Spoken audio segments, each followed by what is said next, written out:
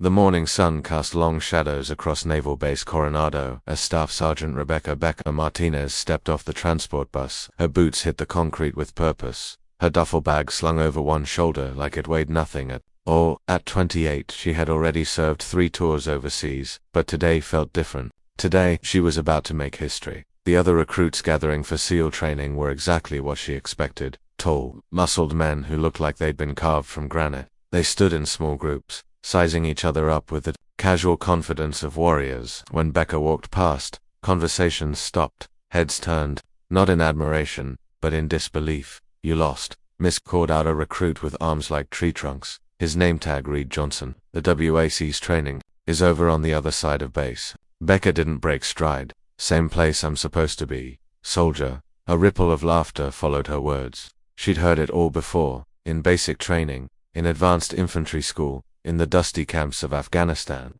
The sound of men who thought they knew what a woman could and couldn't do. "This ought to be interesting," muttered another recruit, a blonde giant named Patterson. "Wonder how long she'll last." Becca found her assigned barracks and threw her gear onto the narrow cot. The building was stark and functional: concrete walls, metal lockers, and small windows that let in just enough light to remind you that the outside world existed. She'd lived in worse places, much worse. As she unpacked her equipment, she noticed the other recruits filing past her doorway. Some stared openly, others whispered among themselves. A few shook their heads like they were watching a tragedy unfold. The reality was simple. In the entire history of SEAL training, no woman had ever completed the program. Most people believed none ever would. The physical demands were crushing. The mental pressure was designed to break the strongest minds. And the culture, well, the culture had been built by men, for men, over decades of tradition. Becca understood all of this. She also didn't care. That afternoon, she reported to the training office for her initial briefing. Commander Jake Morrison, a weathered veteran with gray at his temples and scars on his hands, looked up from his paperwork with barely concealed annoyance. "Martinez," he said, not bothering to stand, "I've read your file. Impressive service record. 3 Bronze Stars, Army Commendation, Medal, Expert Marksman rating." He paused, letting his eyes travel from her boots to her collar. "But this isn't the Army, soldier. This is something else entirely." "Yes, sir. I understand, do you?" Morrison leaned back in his chair. "Because I've got 27 other recruits out there, and every one of them has been dreaming of this moment since they were kids. They've trained their whole lives for this. They've sacrificed everything." His voice dropped lower. "And frankly, I don't have time to babysit someone who's here to prove a point." The words stung, but Becca kept her expression neutral. "With respect, sir, I'm not here to prove anything to anyone. I'm here to become a SEAL." Morrison snorted. "The dropout rate for men is 85%. For women," he shrugged. "Well, we'll find out, won't we?" As she left the office, Becca could feel the weight of expectations, or rather, the complete lack of them. Everyone was waiting for her to fail. They'd probably started betting on how long she'd last. A week, a day, maybe just until the first, really hard physical test. That evening in the mess hall, she sat alone at a corner table, methodically eating her dinner while conversations flowed around her. The other recruits had naturally formed groups, bonding over shared backgrounds and mutual respect. She was the outsider, the anomaly, the woman who didn't belong. "Heard you were Special Forces," said a voice behind her. Becca turned to see a lean recruit with intelligent eyes and a calm demeanor. His name tag read Williams. "Army Rangers," she corrected. 3 tours in Afghanistan. Williams nodded approvingly and sat down across from her. "That's serious business. What made you want to switch to the Navy?" It was the first normal question anyone had asked her all day. "SEALs go places Rangers can't. Do things Rangers can't do. I want to be part of that." "Even knowing what you're up against here," Becca met his gaze steadily. "Especially knowing what I'm up against." For the first time since arriving, she saw something other than skepticism in someone's eyes. Not acceptance exactly, but at least curiosity. Maybe even a grudging respect. That night, as she lay on her narrow cot listening to the distant sounds of the ocean, Becca thought about the long road that had brought her here. Growing up poor in East Los Angeles, she'd learned early that the world didn't hand you anything, you had to take it. Her father, a Vietnam veteran, had taught her to shoot when she was 12. Her mother, a nurse who worked double shifts, had taught her that strength came from within. The Army had given her purpose, discipline, and the chance to serve something bigger than herself. But it had also shown her the limits of what she could achieve as a woman in a man's world. There were doors that remained closed, missions she couldn't join, levels of respect she couldn't reach. The SEALs represented the ultimate challenge, the most elite fighting force in the world. If she could make it through their training, if she could earn her trident, she would prove once and for all that courage and skill had nothing to do with gender. Tomorrow the real test would begin. She would face Hell Week, the legendary crucible that broke even the strongest candidates. She would endure freezing water, crushing physical demands, and psychological warfare designed to strip away everything except pure determination. But tonight, she allowed herself a moment of quiet confidence. She had survived combat zones where every day brought the possibility of death.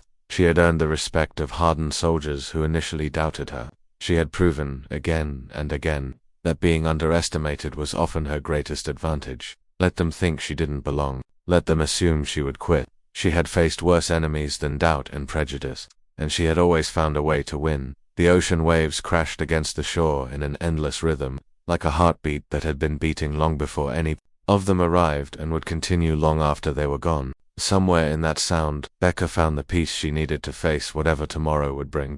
She was ready. The alarm shattered the pre-dawn darkness at 0400 hours, but Becca was already awake. She'd learned long ago that successful soldiers didn't wait for wake-up calls, they anticipated them. Around her, the other recruits stumbled from their bunks, some cursing, others moving with the mechanical precision of men who'd done this dance before. Move, move, move. The instructors' voices boomed through the barracks like thunder. You have 30 seconds to get outside, and if you're not there, you're gone. Becca was the third recruit out the door, her gear squared away and her mind already focused on the challenges ahead. She noticed Patterson, the blonde giant from yesterday, giving her a surprised look as she fell into formation ahead of him. Instructor Chief Petty, Officer Marcus Stone stood before them like a monument to military precision. 15 years as a SEAL had carved every ounce of softness from his frame and voice. His eyes swept over the assembled recruits with the cold assessment of a predator evaluating prey.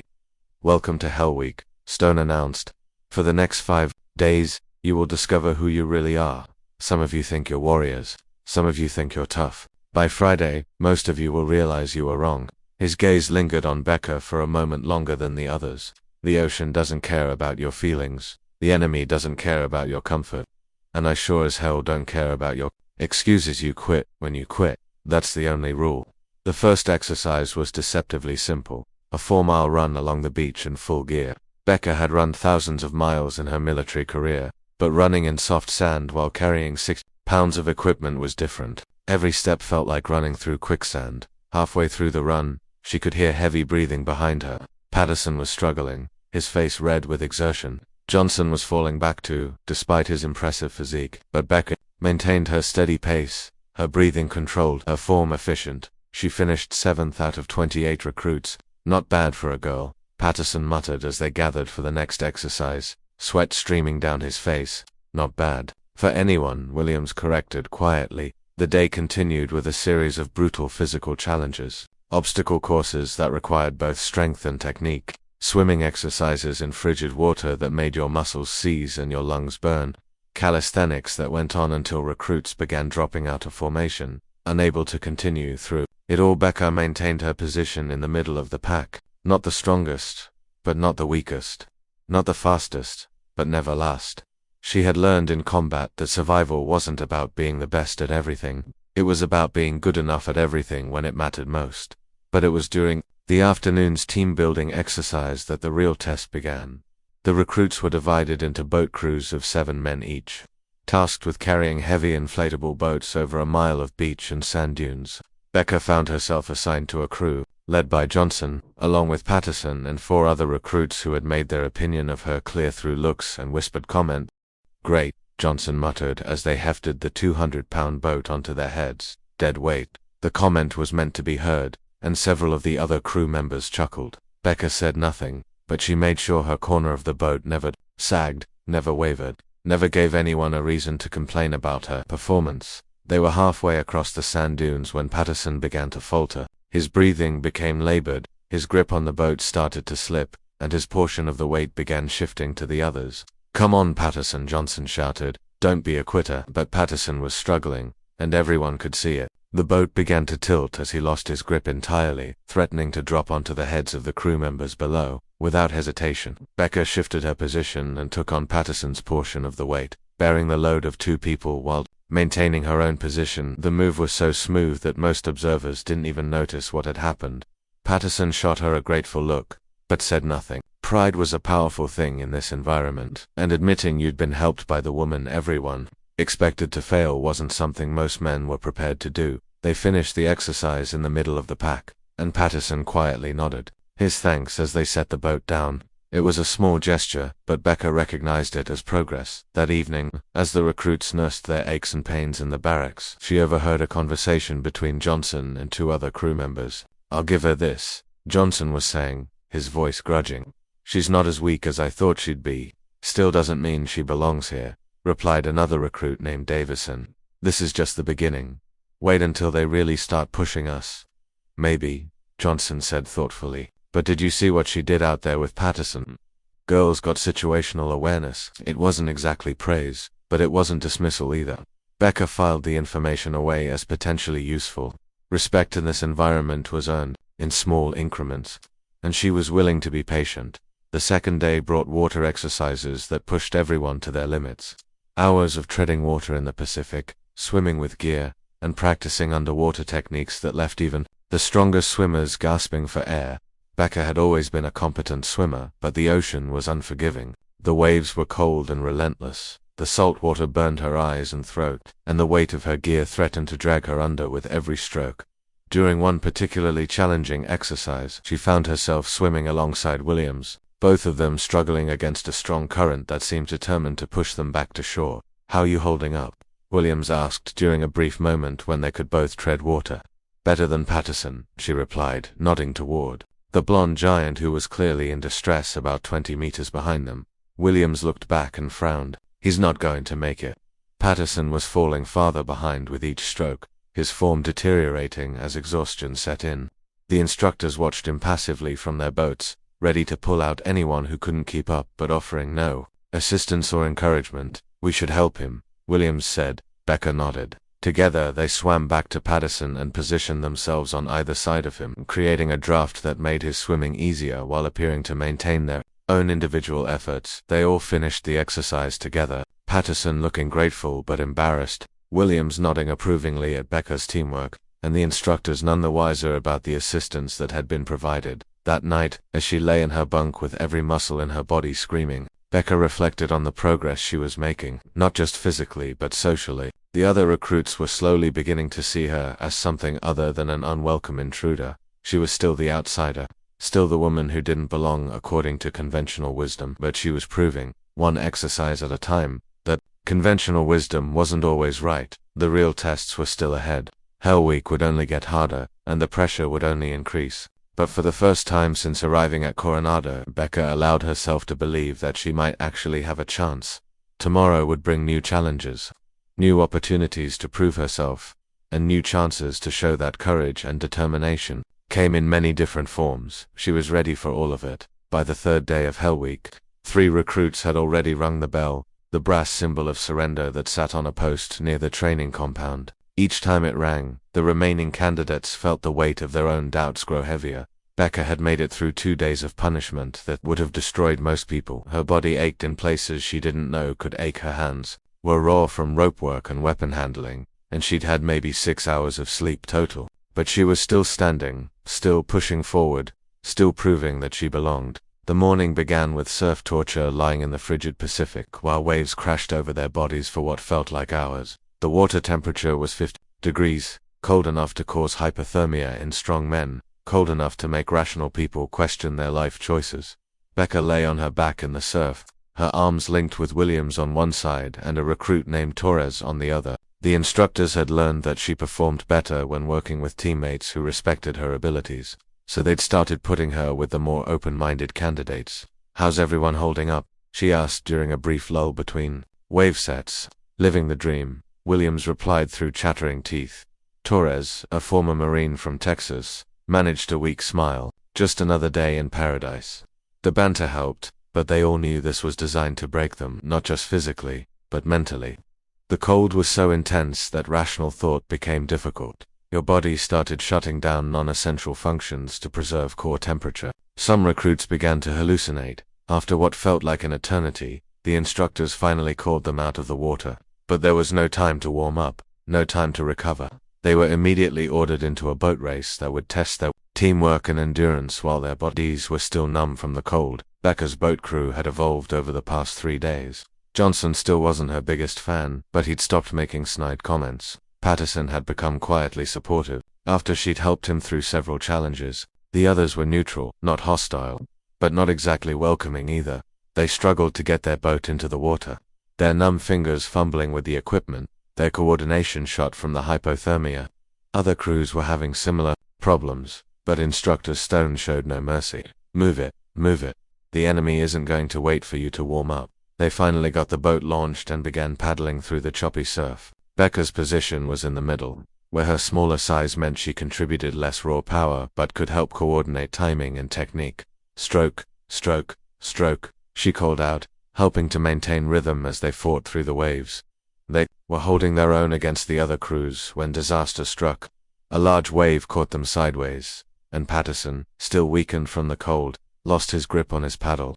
The boat immediately began to veer off course as the crew struggled. To compensate, paddle overboard, Johnson shouted. Without thinking, Becca dove into the frigid water after the lost paddle. The shock of the cold water was like being hit by lightning, but she managed to grab the paddle and swim back to the boat where willing hands pulled her aboard. The rescue cost them valuable time, and they finished the race near the back of the pack. As they hauled their boat up onto the beach, Instructor Stone approached their crew with his trademark scowl. "What happened out there?" he demanded. Johnson stepped forward to take responsibility, but Becca spoke first. "Lost a paddle in heavy surf, sir. My fault for not securing it properly." It wasn't true. The paddle had been properly secured before Patterson lost his grip, but Becca understood military culture. Sometimes taking blame that wasn't yours was how you protected your teammates. Stone studied her for a long moment. "Your fault, yes sir. Then you can carry the boat back to the compound, alone." The punishment was brutal but not unprecedented. Becca had seen other recruits forced to carry heavy equipment alone as penalty for various infractions. She nodded, and positioned herself under the 200-pound boat. Carrying the boat solo was agony. Her legs shook with the effort, her back screamed in protest, and every step was a battle against gravity and exhaustion. But she made it, step by agonizing step, while her crew members walked alongside in guilty silence. When she finally set the boat down at the compound, Instructor Stone was waiting. "Why'd you lie about the paddle?" he asked quietly. The question caught her off guard. "Sir, I saw what happened. Patterson lost his grip. You covered for him." Stone's expression was unreadable. "Why?" Becca considered her answer carefully. "Because that's what teammates do, sir." Stone nodded slowly. "Dismissed." That afternoon brought the exercise that would change everything. The recruits were taken to a training facility that simulated urban combat scenarios. They would work in small teams, clearing buildings and engaging targets while under time pressure and stress. It was designed to test not just their physical abilities, but their tactical thinking and performance under pressure. Becca found herself assigned to a 4-man team with Williams, Torres, and a recruit named Murphy. They were given weapons and minimal briefing: clear the building, neutralize all threats, rescue the hostage. What the instructors didn't know was that this type of scenario was exactly what Becca had trained for in Afghanistan. Urban combat, close quarters, battle, hostage rescue. These were the missions that had earned her 3 Bronze Stars and the respect of some of the toughest soldiers in the army. That as soon as they entered the building, her training took over. She moved with the fluid precision of someone who'd done this for real, not just in simulations. Her weapon handling was flawless, her tactical awareness was exceptional, and her leadership was natural and effective. Contact left, she whispered to Williams, who was covering that sector. "Multiple targets, 2nd floor." Torres reported. "Murphy, watch our 6. Williams, you're with me." They moved through the building like a well-oiled machine, with Becca naturally taking point despite officially being just another team member. Her combat experience showed in every decision, every movement, every tactical call. They cleared the building faster than any other team, neutralized all threats without taking casualties, and successfully rescued the hostage. Their performance was so impressive that even the usually stoic instructors took notice. "Where'd you learn to move like that?" Instructor Stone asked after reviewing their performance. 3 tours in Afghanistan, sir, mostly urban operations. Stone studied her with new interest. What unit? 75th Ranger Regiment, sir. 2nd Battalion. Answer changed everything. The 75th Rangers were legendary among Special Operations Forces. They were the Army's premier light infantry, specialists in raids and direct action missions. To have served 3 tours with the Rangers meant Becca wasn't just another recruit trying to prove a point. She was a proven combat veteran with skills that even SEAL instructors respected. Word spread quickly through the training cadre. The woman they'd been expecting to wash out in the first week had actually been fighting the kind of battles that SEALs trained for. Her personnel file was quietly reviewed, and what they found was impressive. Multiple decorations for valor, glowing performance evaluations, and recommendations from commanders who described her as one of the finest soldiers they'd ever served with. That evening, the atmosphere in the barracks was different. The other recruits looked at her with something approaching respect. She was no longer the outsider trying to belong. She was a warrior who'd already proven herself in combat. Rangers, Patterson said, as they prepared for another night of minimal sleep. That explains a lot. Like what? Becca asked. Like why you're still here when half of us are ready to quit. Johnson, who'd been her biggest skeptic, nodded in agreement. I served with some Rangers in Iraq. Tough as nails, every one of them. For the first time since arriving at Coronado, Becca felt like she was being evaluated on her merits rather than her gender. It was a good feeling, but she knew the real test was still ahead. Hell Week was far from over, and the challenges would only get harder. But now she wasn't facing them alone. She had teammates who respected her abilities and instructors who understood her background. The bell had called 3 more recruits that day, but it wouldn't be calling her. She'd come too far, sacrificed too much, and proven too much to quit. Now tomorrow would bring new trials. But tonight, she allowed herself a moment of quiet satisfaction. She was no longer fighting just to survive. She was fighting to excel. That made all the difference. Commander Morrison stood in his office reviewing the Hell Week progress reports, his coffee growing cold as he absorbed the unexpected data. Of the original 28 recruits, only 19 remained. The casualties were typical men who'd looked formidable on paper, but cracked under the relentless pressure of SEAL training. What wasn't typical was the name still on the active. Rosta Martinez, Rebecca. She wasn't just surviving, she was thriving. Her performance scores placed her in the top third of remaining candidates. Her leadership assessments were exceptional, and her tactical knowledge, revealed during the urban combat exercise, had impressed even the most skeptical instructors. Morris rubbed his temples, feeling the weight of a decision he'd hoped never to face. He'd been in the Navy for 23 years, and in all that time, he'd never seriously believed a woman would make it this far in SEAL training. Now he had to confront the possibility that his assumptions might have been wrong. A knock at his door interrupted his thoughts. Come in. Instructor Stone entered, carrying his own set of reports. His expression was carefully neutral, but Morrison had known him long enough to read the signs of internal conflict. We need to talk about Martinez, Stone said without preamble. I was just thinking the same thing. Morrison gestured to a chair. What's your assessment? Stone sat down heavily. Honestly, she's one of the best candidates we've had in years. Her combat experience is extensive, her tactical thinking is sound, and her leadership ability is natural. He paused. The other recruits respect her, but nothing, sir, that's the problem. Stone's voice carried a note of frustration. I keep waiting for her to fail, to prove that this whole experiment was a mistake.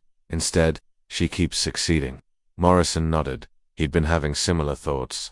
What about the physical requirements? Is she keeping up? She's not the strongest or the fastest, but she's consistent. And in some areas, marksmanship, tactical awareness, stress management, she's superior to most of the men.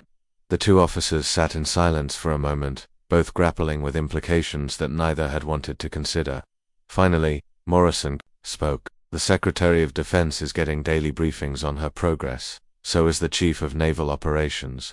This isn't just about one recruit anymore. Stone grimaced. Politics, reality, Morrison corrected. If she fails, it validates every argument against women in special operations. If she succeeds, ... double quotes, he didn't finish the sentence. They both understood the magnitude of that possibility. So what do we do? Morrison stood and walked to his window, looking out at the training compound where the remaining recruits were preparing for another day of challenges.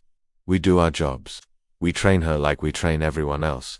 And we let the program decide if she's SEAL material. But even as he said the words, Morrison knew it wasn't that simple.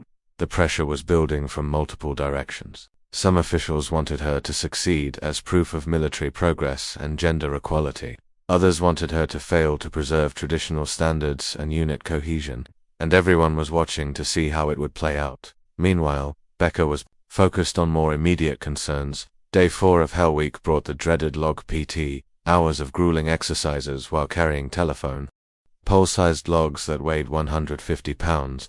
The logs required perfect teamwork. If one person quit, the entire team suffered. Becca's log team had evolved into a well-coordinated unit. Williams continued to be her strongest supporter. Torres brought steadiness and humor, and even Patterson had become a reliable teammate. But the physical demands were pushing everyone to their breaking point. Up, down, up, down. Instructor Stone barked as the teams struggled through endless repetitions of log presses, their arms shaking with exhaustion. Becca's arms burned like fire, but she maintained her grip and kept pace with her teammates. Around her she could hear the grunts and gasps of men who were equally exhausted but refusing to quit. Martinez, Stone called out, "You're falling behind." It wasn't true, she was keeping perfect pace with her team, but Becca understood the game. The instructors were looking for any sign of weakness, any excuse to push harder. She adjusted her grip and put extra effort into the next repetition. "Better now, give me 50 more." The torture continued for 2 hours. By the end, 3 more recruits had rung the bell, unable to continue. But Becca's team finished together, their logs still perfectly coordinated despite their individual exhaustion. As they stacked their log with the others, Torres clapped her on the shoulder. "Damn, Martinez, you've got some serious grit." "We all do," she replied. "That's why we're still here." That afternoon brought an unexpected visitor to the training compound. Admiral Sarah Richardson, one of the highest-ranking women in the Navy, arrived for what was officially described as a routine inspection, but everyone understood the real reason for her visit.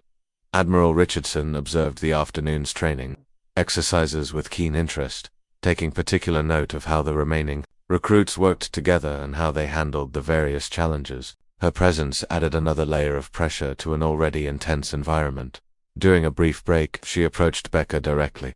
"Staff Sergeant Martinez, isn't it?" "Yes, ma'am." "How are you finding the training?" It was a loaded question, and Becca chose her words carefully. "Challenging but fair, ma'am. The instructors are pushing us to discover our limits and then go beyond them. And are you able to keep up with your fellow candidates?" "I'm holding my own, ma'am." Admiral Richardson nodded approvingly. "I've been following your progress. Your performance has been exemplary." She paused. "You understand the significance of what you're attempting here?" "I understand that I'm trying to become the best operator I can be, ma'am. The rest is above my pay grade." The Admiral smiled at the diplomatic answer. "Carry on, Staff Sergeant." That evening, as the recruits prepared for their 4th night of minimal sleep, the conversation turned to what everyone was thinking but few were willing to say out loud. "Anyone else feel like we're part of some kind of experiment?" asked Murphy, a former college football player who'd been struggling with the mental aspects of training. "We're all experiments," Williams replied philosophically. "They're testing whether we have what it takes to be SEALs." "Yeah, but Martinez has got half the Navy brass watching her every move," Murphy continued. "That's got to be extra pressure." All eyes turned to Becca, who was methodically cleaning her gear in preparation for the next day. She looked up and met their curious gazes. "Every one of us is here because we want to be the best," she said simply. "The pressure I'm under doesn't change that. If anything, it reminds me why this matters." Johnson, who'd become one of her most vocal supporters, nodded in agreement. "She's right. We're not here to make history or prove points. We're here to become SEALs." "Speak for yourself," Torres said with a grin. "I'm definitely here to make history. First Mexican-American SEAL from El Paso. My grandmother would be so proud." The comment broke the tension, and the group shared a rare moment of laughter. But underneath the camaraderie, they all understood that the next day would bring the final and most challenging phase of Hell Week. They'd made it farther than anyone expected, including themselves. But the hardest tests were still ahead, and there was no guarantee that any of them would survive what was coming. Becca lay on her narrow cot, listening to the sounds of exhausted men trying to get what little rest they could. Her body was a catalogue of pain, bruises, cuts, strained muscles, and general exhaustion that went bone deep. But her mind was clear and focused. She'd come too far to quit now. More importantly, she'd proven to herself and others that she belonged here not as a token or a symbol, but as a warrior who'd earned her place through blood, sweat, and unwavering determination. Tomorrow would bring the final test, and she was ready for whatever they threw at her. The bell might call others, but it wouldn't call her. She'd made that promise to herself on the first day, and nothing had happened since then to change her mind. She was going to become a Sil. The final day of Hell Week arrived with an ominous stillness. Only 16 recruits remained from the original 28, and everyone could feel the weight of being so close to the finish line. The air was thick with exhaustion, determination, and the knowledge that this was where legends were either born or broken. Becca stood in formation with her fellow survivors, her body operating on pure willpower and muscle memory. 5 days of torture had stripped away everything except the essential core of who she was, and that core was unbreakable. Instructor Stone addressed the remaining candidates with something that might have been respect in his voice. You've made it farther than most people ever will. Today's final exercise will test everything you've learned and everything you are. The challenge was deceptively simple. A solo navigation course through 20 miles of rough terrain, followed by a marksmanship test, and ending with a final physical trial. Each recruit would face it alone, carrying full gear and operating on minimal sleep and maximum stress. But as Becca prepared for her turn, Commander Morrison appeared with an unexpected announcement. Martinez, change of plans. Report to my office. Immediately, the words sent a chill through the assembled recruits. Being pulled out of training at this stage usually meant only one thing. You were done. Either you'd failed some administrative requirement, or the brass had decided you didn't belong. Williams caught her eye and gave her an encouraging nod, but she could see the concern on all their faces. They'd watched her earn her place among them, and the thought of her being eliminated now felt fundamentally wrong. Becca followed Commander Morrison to his office, her mind racing through possibilities. Had she made some critical error? Was the political pressure finally too much? Or was this something else entirely? Morrison's office was crowded. Admiral Richardson was there, along with several other high-ranking officers she didn't recognize. The atmosphere was formal and tense. Staff Sergeant Martinez, Morrison began, we need to discuss your situation. Sir Admiral Richardson stepped forward. Your performance during Hell Week has been exceptional. By any objective measure, you've proven yourself capable of continuing in the program. Becca felt a moment of relief, but the Admiral's tone suggested there was more coming. However, Richardson continued, there are concerns about the long-term implications of your success. Some officials believe that having a woman in the SEALs could compromise unit effectiveness and morale. The words hit Becca like a physical blow after everything she'd endured. After proving herself again and again, they were going to eliminate her for political reasons. Ma'am, she said carefully, I understood when I volunteered for this program that I would be judged on my performance, not my gender. And you have been, Morrison interjected. Your performance has been outstanding. But the reality is that military policy involves considerations beyond individual capability. Becca felt the familiar anger rising in her chest, the same anger that had driven her through 3 combat tours and countless moments of being underestimated. But this time, she channeled it into something else. With respect, sir, what consideration is more important than whether I can do the job? The question hung in the air for a long moment.